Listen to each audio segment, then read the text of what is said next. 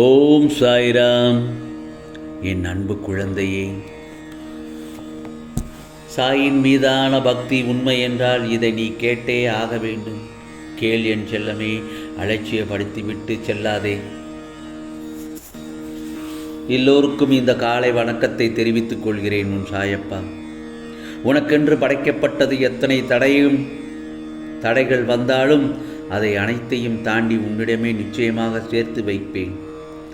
ஏனென்றால் உனக்கானது எதையும் யாராலும் தட்டி பறிக்க முடியாது. நான் உனக்கு தர ஆசைப்படுவது என்னவென்று தெரியுமா? சற்று யோசனை செய்து பார். நான் என்ன சொல்வேன் என்று நீ மனதால் உணர்ந்திருப்பாய் என்று நினைக்கின்றேன். அது நீ இழந்ததை விட, நீ எதிர்பார்த்ததை விட ஒரு படி மேலாக தர ஆசைப்படுகிறேன் உன் சாயப்பா. காலம் கனிந்து வரும்போது நீ ஆசைப்பட்ட அனைத்தையும் தருவேன். ஏனென்றால் உனக்கு வரும் ராஜயோகத்தில் நீயே பிரமிக்கப்படுவாய். அந்த நேரத்தில் உன்னுடைய வாழ்க்கையில் அதிசயம் தானாகவே நடக்கப் போகிறது. நமக்குள்ள இருக்கிற ஆசைதான் நம்மளை பயணிக்க வைக்கிறது. நான் சொல்வது சரிதானே? சொர்க்கமும் இங்கே தான் இருக்குது, நரகமும் இங்கே தான் இருக்குது. இதில் எது வேணுங்கிறது என்பதை தான் நாம் தான் முடிவு பண்ண வேண்டும். ஒருத்தரோட எண்ணங்களை வைத்துத்தான் அவர்களோட தூய்மையான வாழ்க்கையே அமையும். என்றைக்கும் எண்ணத்தையும் தூய்மையாக வைத்து கொள்ள வேண்டும். விட்டு கொடுத்தவன் வீழ்ந்ததும் இல்லை, அதனை தட்டி பறித்தவன் வாழ்ந்ததும் இல்லை. நான் சொல்வது சரியாக புரிகிறதா? ஆகையால் அவசரப்பட்டு எந்த முடிவையும் எடுத்து விட வேண்டாம். கஷ்டம் வரும்போது மிகவும் துவண்டு போகக்கூடாது. கஷ்டம் வரும்போது அதை எதிர்த்து நின்று போராட கற்றுக்கொள். மேலும் அதற்கு உதவி செய்ய உன் சாயப்பா நான் இருக்கிறேன். அதை சரி செய்ய நல்ல வழியில் மட்டும் சென்று கொண்டே இரு. நினைத்து இலக்கை நோக்கி நிற்காமல் நகர்ந்து கொண்டே இரு. உன் சாயப்பா நீ நடக்காது என்று நினைத்ததையெல்லாம் நான் நிச்சயமாக நடத்தி காட்டப் போகிறேன். என் செல்ல பிள்ளைக்கு இப்பொழுது சந்தோஷம்தானே? மனதை சந்தோஷமாக வைத்துக்கொள் என் செல்ல பிள்ளையே. ஆகவே உனக்கு கிடைக்காமல் போன வாய்ப்புகள், எதிர்பாராத வாய்ப்புகள் கூட உன்னை தேடி வரும்.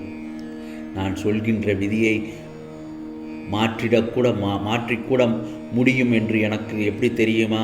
அன்றாடம் இடைவிடாமல் கடவுள் நாமத்தினை உச்சரிக்க வேண்டும்.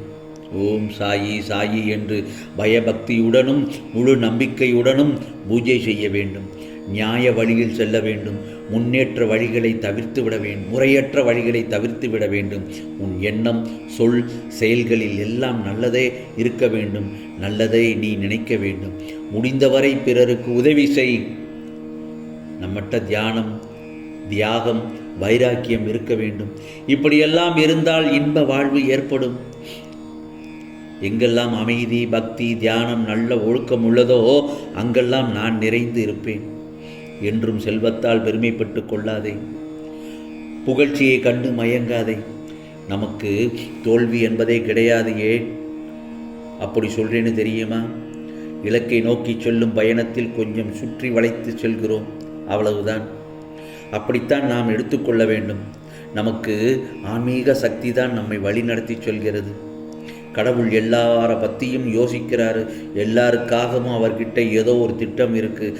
அதனால தான் எல்லாம் அந்தந்த நேரப்படி நடக்கிறது. நான் சொல்வது சரிதானே? நாம் அந்த நேரத்துக்காக காத்து கொண்டிருக்க வேண்டும். இயற்கையோடு 4 காலங்களும் எப்படி அது நேரத்துக்கு நடக்கிறதோ அதே போல்தான் கடவுளுடைய அருளும் நமக்கு சரியான நேரத்துக்கு வந்து அடையும். இந்த கருத்துக்கு நிச்சயமாக மாற்றமே இல்லை. நமக்கு நல்லது நடக்குமோ அல்லது கெட்டது நடக்குமோ, எது நடந்தாலும் நல்லதுக்குன்னு என்று நாம் எல்லோரும் புரிந்து கொள்ள வேண்டும் வாழ்க்கையில். அதேபோல்தான் நம்ம வாழ்க்கையினுடைய இலக்கை அடையிறதுக்கு எதை நாம் தேர்ந்தெடுக்கிறோமோ அதை அடையிறதுக்கு தேர்ந்தெடுத்திருக்கிற வழிகள் மூலமாக என்ன தெரிஞ்சுக்கிறோங்கிறது அப்படிங்கிறது தான் முக்கியம். ஒவ்வொரு செயலில் இறங்கும்போது ஒவ்வொரு அனுபவம் கிடைக்கும். அந்த அனுபவத்தால் எவ்வளவு சக்திகள் கிடைக்குது தெரியுமா? நம்முடைய வாழ்க்கையில் அதெல்லாம் எப்படி பயன்படுத்த வேண்டும்ங்கிறதையும் தெரிந்து கொள்ள வேண்டும். நாம் நம்ம வாழ்க்கையில் நடக்கிற அனுபவங்களை எல்லாம் ஏதோ கெடுதல்னு நினைத்து கொண்டிருக்கிறோம். கொஞ்ச நாள் போனதுக்கப்புறம்தான் அது எதனாலன்னு தெரிஞ்சுக்கிறோம். அது ஒரு நல்ல அனுபவங்கிறது அன்னைக்குத்தான் நமக்கு தெரியும். என்றைக்குமே நம்ம வாழ்க்கையில் எல்லோரும் பொறுமையுடனும் கவனத்துடனும் வாழ்ந்து வந்தோம்னா எந்த செயலாலும் எதுவும் நம்மை எதுவும் செய்ய முடியாது. அன்னைக்கு வரைக்கும் கற்றுக்கிட்ட அந்த அனுபவத்தை வைத்து இனி அந்த சங்கடங்கள் ஏற்படாதவாறு நாம் வாழ்க்கையில் நடக்க வேண்டும். அதனால்தான் உன் சாயப்பா சொல்வது என்றைக்கும் பொறுமையோடு இருக்க வேண்டும் என்று. நான் சொல்வதையும் பொறுமையோடு காது கொடுத்து கேள். என் செல்லவே, நீ என்றும் தலை தோங்கி மேலோங்கி நிற்கப் போகிறாய். அதற்கான நேரம் கனிந்து விட்டது. உன் சாயப்பா சொல்வதை காது கொடுத்து கேள். உன் கோரிக்கைகளை நான் என்றும் நிராகரித்தது கிடையாது. நிச்சயம் அனைத்தையும் நிறைவேறும் காலம் வந்துவிட்டது. உன் கனவுகள் எல்லாம் நனவாகும் நேரம் வந்துவிட்டது. முதலில் உன் மனதில் தோன்றும் எதிர்மறை எண்ணங்களை விலக்கிவிடு. அதை தூர எறிந்துவிடு. உன் வார்த்தைகளுக்கு யாரும் மதிப்பு கொடுக்கவில்லை என்று மட்டும் வருந்தாதே. உன்னுடைய நல்ல வார்த்தைகளை காது கொடுத்து கேட்காமல் சட்டை பண்ணாமல் செல்பவர்களுக்குத்தான் அது பேரிழப்பு. உன் அருமை இப்போது அவர்களுக்கு தெரியாது. தெரிய வரும்போது உன்னை தேடி ஓடி வருவார்கள். உன் கடமையை மட்டும் நீ செய்து கொண்டே போ. ஒருவேளை மற்றவர்கள் குறுக்கே வந்து உனக்கு தீங்கு செய்தால் அதற்கான தண்டனையை அவர்கள் நிச்சயம் அனுபவிப்பார்கள். கவலையை தூக்கி எறி. வாழ்க்கையை நம்பிக்கையோடு எதிர்த்து நின்று போராடு. அப்போதுதான் வெற்றி பெற முடியும். துயரங்கள், கஷ்டங்கள், துன்பங்கள், பிரச்சனைகள், நோய்கள் என்பது போல் அனைத்தும் உன்னை விட்டு விலகப் போகிறது. உனக்கு சந்தோஷம்தானே? உன் சாயப்பா நான் இருக்கும்போது ஏன் கலக்கம்? கலங்கக்கூடாது என் செல்லமே. நீ நம்பிக்கையோடும் பொறுமையோடும் இருக்க வேண்டும். ஏனென்றால் சத்தியமே ஜெயிக்கும். விரைவில் மகிழ்ச்சியாக எனக்கு நன்றி கூற என் ஆலயத்திற்கு ஓடோடி வருவாய். ஏனென்றால் என் செல்லப்பிள்ளை, நீ கோடான கோடி புண்ணியம் பெற்ற அதிர்ஷ்டசாலி. நீ உன் வாழ்க்கை என்னால் புதுப்பிக்கப்படுக போகிறது. அதேபோல் எத்தனை துன்பங்கள் வந்தாலும் மனம் வருந்தப்படக்கூடாது. உன் வாழ்க்கை என்னுடைய பொறுப்பு. வாழ்க்கையில் நான் செய்ய நினைத்தது எதுவும் தடைபடாது. உனக்காக யார் இருந்தாலும் இல்லாமல் போனாலும் உன் சாயப்பாவின் துணை என் செல்ல பிள்ளையான உனக்கு எப்போதும் உண்டு. நீ உண்மையோடும் ஆன்ம உணர்வோடும் கண்ணீரோடு செய்கின்ற பிரார்த்தனைகளை நான் கேட்டுக்கொண்டுதான் இருக்கின்றேன். இதோ உனது நல்ல எண்ணங்களும் நல்ல செயல்களும் உன்னை ஒருபோதும் கைவிடாது. உன்னுடன் இருந்து உன்னை சந்தோஷமாக வாழ வைப்பேன்.